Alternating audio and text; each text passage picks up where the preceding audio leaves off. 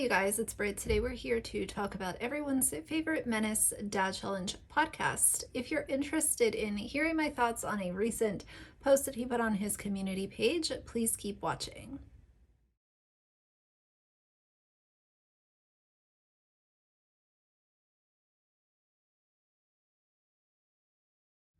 All right, you guys, so in this video, we're going to cover two different topics. Instead of me making them two different videos, I figured that we could just get them both out of the way in a single video. Now, as you guys know, Dad Challenge podcast has been the topic of discussion among a lot of commentary channels.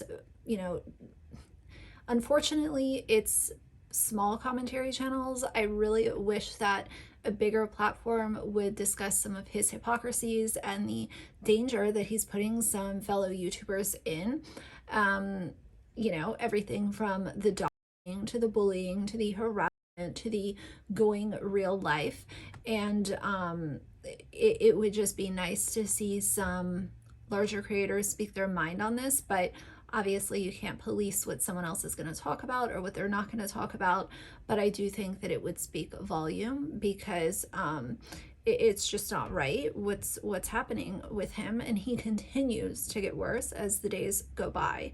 Now, 2 days ago, he posted on his community page a photo. It's a screenshot of an article that says calling a man bald is sexual harassment, employment tribunal rules. And he put a caption that says, "Uh-oh, I wonder if those who hate me will continue to harass me. This is not okay. I'm a survivor though." So there's a lot of problems with this. I was sent this screenshot probably close to 15 times over the last 2 days. And initially I was just gonna let it go. I'm not gonna react to every single thing that he says or does, because at a certain point it does become repetitive, kind of like Without a Crystal Ball. And once someone shows you that pattern of not being able to change and calling criticism hate and doing very sketchy things behind the scenes, at a certain point you can only say that this person is not being responsible with their platform so many times before subscribers just start to tune it out. But on the same page, I can say that periodically I will talk about him, because the internet has a very short term memory, and yesterday's news is yesterday's news, and last week's drama is last week's drama. And if you don't continue to talk about it periodically, then people like Dad Challenge podcast and Without a Crystal Ball and James Charles will just continue to slither their ways to the top of YouTube, and the people that actually have integrity and a moral compass will be left in the dust. When I saw this screenshot, I knew that he was trying to be snarky. He was trying to make this comedy. He thought that he was just going to get everyone to laugh at it, and it's all jokes and whatever. The two people that I know of that have directly called him bald is Not Another Housewife's husband and Appalled. So at the end of the day, is being called bald the worst thing ever? I don't think so. I think that it's stating a fact. We're looking at him and we're seeing a visual representation of what a bald person looks like. And with the amount of pure, just toxic bullshit that he has spewed all over everyone that he's ever talked about, to then try to say, oh, well, people are calling me bald, and now I found this article and I'm going to tie it to sexual harassment, and it's all just going to be jokes and fun, and it will give me some sympathy comments from my diehard stans. This is so distasteful, and it really shines a light on how he thinks that other people's trauma is for entertainment. There's nothing funny about harassment, sexual harassment, having things done to you without consent. None of those things are comical. None of them are funny. None of them are, hee, let's make this a joke. And it's beyond what I can even comprehend why anyone would look at this and think that it's okay. I went to the comments, and just as I predicted, I swear I didn't look at this before I started filming. He says, this is jokes because some people can't take jokes. I could name 100 different things that are joke worthy and have a comedic value that might be a little bit, on the dark side. But I would say that sexual harassment is not something that I would joke about having done to me, even if I had an article to include a screenshot. It's disgusting. Someone said, I believe the old saying goes like this: sticks and stones may break your bones, but names will never hurt me. This is a member of Josh's channel, so she obviously enjoys what he does. And I would say if names and words don't hurt Josh, then why is he so in his feelings about the commentary videos being made about him? Why is he dogging other people that talk about him? Why is he threatening action against people that say things about him? Someone said, you're just baiting them at this point, right? They fell for it, hook, line, and sinker.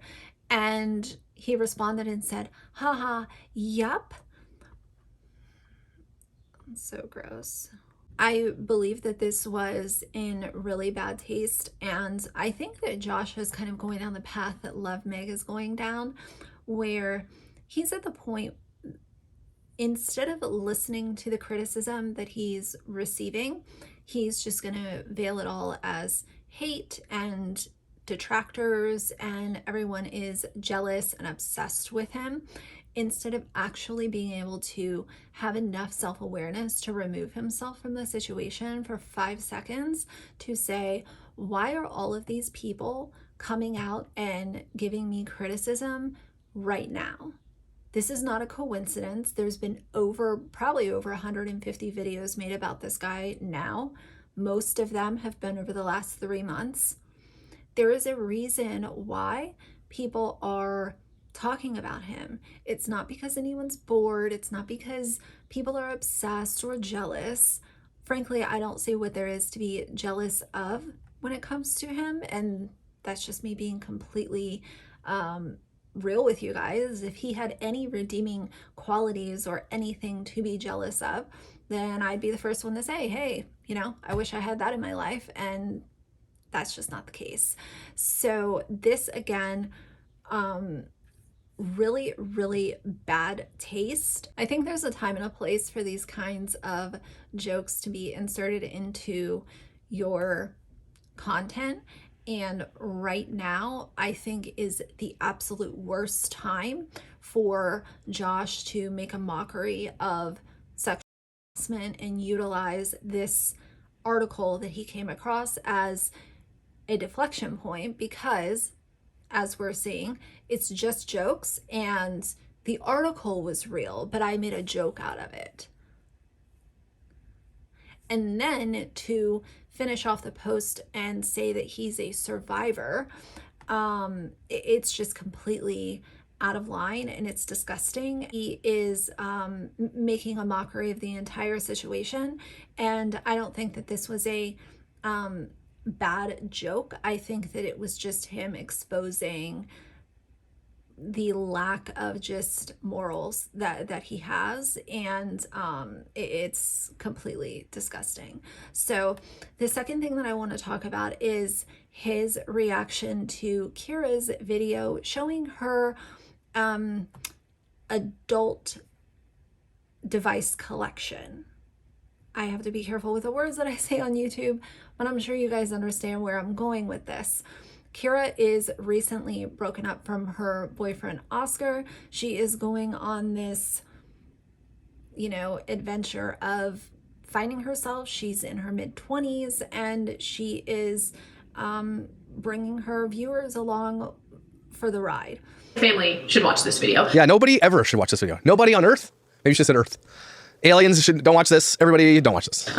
Certain things might be shown that might just scar you for the very first thing that he got wrong, which would have taken 2 seconds to actually look into, is he tried to say that she took over their family channel and there's a bunch of kids that are watching this content and it's just so gross and wrong. So let's go over that for a second, Kyra. Don't forget that this was OK Baby's channel, which had a lot of children watching it. A lot of kids watch these family vloggers. It's undeniable. And so they broke up. She takes the channel and turns it to K Baby. I could be wrong about that, but I think so. And still has a large, probably population of teens and young people who watch the show. And she's about to show you her sex toys. Just fam intensifies. She didn't take the family channel. Oscar took the family channel. This is her channel. And if I had to guess what her demographic is, it is probably a lot of women in their late teens to early 30s. If I had to take a guess, I'm sure that there are some outside of that scope as well, but I would say that at least 80% of her audience is females in their 20s and late teens. That was the first thing. So don't think that there are a bunch of kids watching this. And you guys know how I feel about putting inappropriate content on family vlogging channels. I think that it's a problem when you're showing, like with the Ace family, like why would Catherine be pranking Austin with period blood when their audience is literally children? That cannot be disputed because it's a fact. Like, look at who their fans are. During this video, where I personally don't even see the value in reacting to this video, I thought that it was completely uncalled for and cringy to watch him react to this. The one thing that I noticed, and several of you guys noticed as well, is that in his life story, Josh completely told the world that he got kicked out of a family's house for watching PRN on their computer. They asked him not to. He did, so he got kicked out. And that's why he was supposedly living in the church, and that was part of his life story. I lived with a family in a church, and this family was amazing, but they had a computer, and I never really had full access without anything from a computer. And this is when I was like 17, and so I started looking at porn on the computer. And this is something, it's kind of a thing that I held in shame for a long time, specifically because I was Christian. I still consider myself that, but I was going to church, and I just looked all the time, all kinds. And it wasn't, I don't consider it an addiction, but I think it was kind of, now that I look back at it, it's probably quite normal for a young teenage boy to look at that stuff. But they were like diehard Christians, and they had two young kids that lived there, and they just didn't, they didn't want that in their home. And I totally get that. Like, I violated their trust, because I'm pretty sure we had a conversation about, like, don't look at inappropriate stuff on the computer. You're allowed to use it, but don't look at inappropriate stuff. And they were so amazing to me, and I just violated the trust. And that's kind of like I feel like stepping into this point where I become homeless, which is really weird, was all my own doing. To know that, and then to see him act so put off by this video, I just found it to be very awkward, very cringeworthy to watch him so put off by this. I often wonder this with him. If the message is to get the kids off the platform, why are we so heavily focused on this type of content? Like, what did this have to do with their kids being exploited, their kids being in the middle of a public breakup? Like, what does it have to do with anything? That's my honest question.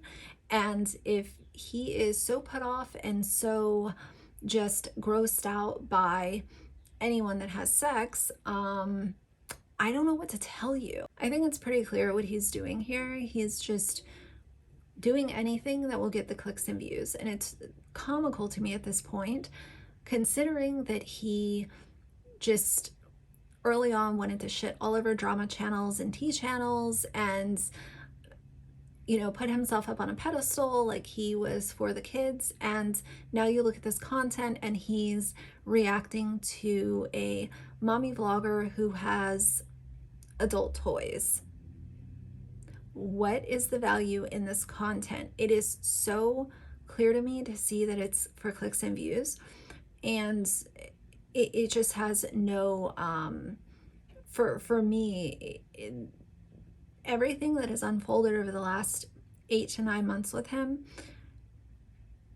has proven that the message was lost ages ago. A question that I often ask myself when I come across this kind of stuff now from him is, what does his wife have to say about him sitting in the basement watching a mommy vlogger talk about her adult toys. Because I know for me, you know, having been in a very long-term relationship, I don't think that I would feel comfortable or see a purpose in my significant other being in the basement away from the family for hours a day while he is reacting to a woman sharing her adult toys, circling boobs, talking about my boobs, talking about bras.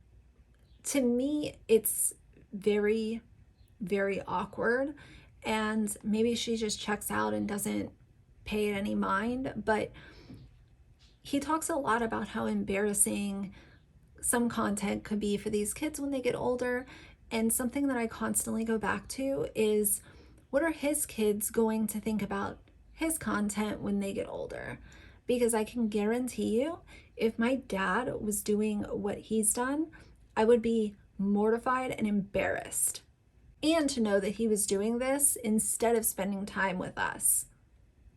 So I think that's really the big kind of crossroads that he's come to, is he wanted to stand on this important message of getting kids offline, but instead of focusing on really toxic, problematic families like the Ace family, the McLeod fam, the Saccone Jolies, like all of these families that are actually really toxic and problematic, the Ballingers, Colleen Ballinger, instead of focusing on them, we have 50 videos about Love Meg and how her cleanser, you know, her surface cleanser smells like her vagina, talking about how Jess Fam isn't allowed to wear the color yellow, saying how Kendall Rich has too much Botox. It all just goes back to this hypocrisy idea. And when I think of him ragging on women for getting Botox or fillers or whatever, I also go back to the part of his life story where he said that he went down to Mexico to get a gastric sleeve. And she's getting fake boobs. She's going down the path. I've talked about this about so many family vloggers. You can go down about 80% of family vloggers' content, see where they started and where they are now. And I'm guaranteeing almost every single one of them, to some degree, has gotten some type of surgery on their body. It's almost like it's part of, you're a part of the club if you get it done. It's mind blowing because these people are influencing other people. Ugh, I'm fat my whole life. All of a sudden I'm not fat, and people look at me differently. People talk to me differently.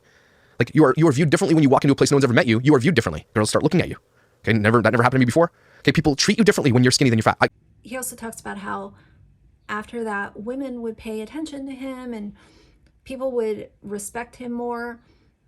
So why is it so wrong for women to get stuff done if it's going to make them feel better? And I've always said, just don't use this stuff to falsely advertise a product.